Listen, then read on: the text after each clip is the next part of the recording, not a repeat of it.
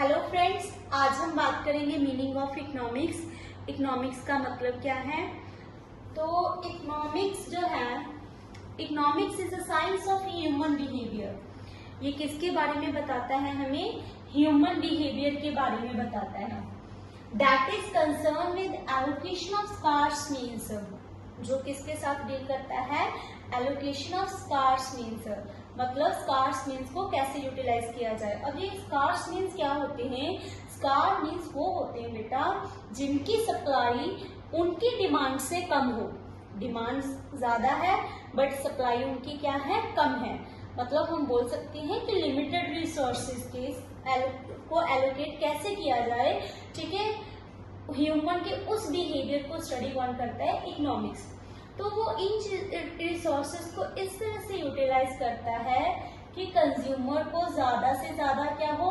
Satisfaction हो, producer को ज्यादा से ज्यादा प्रॉफिट हो, और सोसाइटी जो है वो क्या कर सके? अपने वेलफेयर को मैक्सिमाइज कर सके। तो कंज्यूमर, प्रोड्यूसर या सोसाइटी इन स्कार्स मीन्स को इस तरह से यूटिलाइज करती है कि उनको satisfaction, profits and welfare respectively प्राप्त हो सके। ठीक है, तो जब हम बात करते हैं स्कार्सिटी की, तो स्कार्सिटी की वजह से एक प्रॉब्लम आती है। उस प्रॉब्लम को हम क्या बोलते हैं? That is a problem of choice. तो प्रॉब्लम ऑफ चॉइस क्या होती है? It refers to the process of selection. ये क्या है? ये प्रोसेस है सिलेक्शन की, जो 2 रीजन की वजह से आती है। फर्स्ट रीजन कौन सा है? कि रिसोर्सेज जो हैं हमारे पास वो क्या है? लिमिटेड है, और उन्हीं लिमिटेड रिसोर्सेज के अल्टरनेटिव यूजेस हैं। हम एक रिसोर्स को अलग अलग पर्पस के लिए यूज कर सकते हैं। तो उसी की वजह से प्रॉब्लम आती है चॉइस की। तो एक तरह से हम कह सकते हैं कि इकोनॉमिक्स ह्यूमन के उस बिहेवियर को स्टडी करती है जो डील करता है कि जो हमारे पास स्कार्स रिसोर्सेज हैं उनको हम यूटिलाइज कैसे करें कि एक कंज्यूमर को तो ज्यादा से ज्यादा सेटिस्फैक्शन हो, प्रोड्यूसर को ज्यादा से ज्यादा प्रॉफिट हो, और सोसाइटी का ज्यादा से ज्यादा वेलफेयर हो। ठीक है, तो ये तो हो गया इसका मीनिंग। इसके अलावा इकोनॉमिक्स का ओरिजिनेट भी है। तो ओरिजिनेट इसका कौन सी लैंग्वेज में है? That is Greek.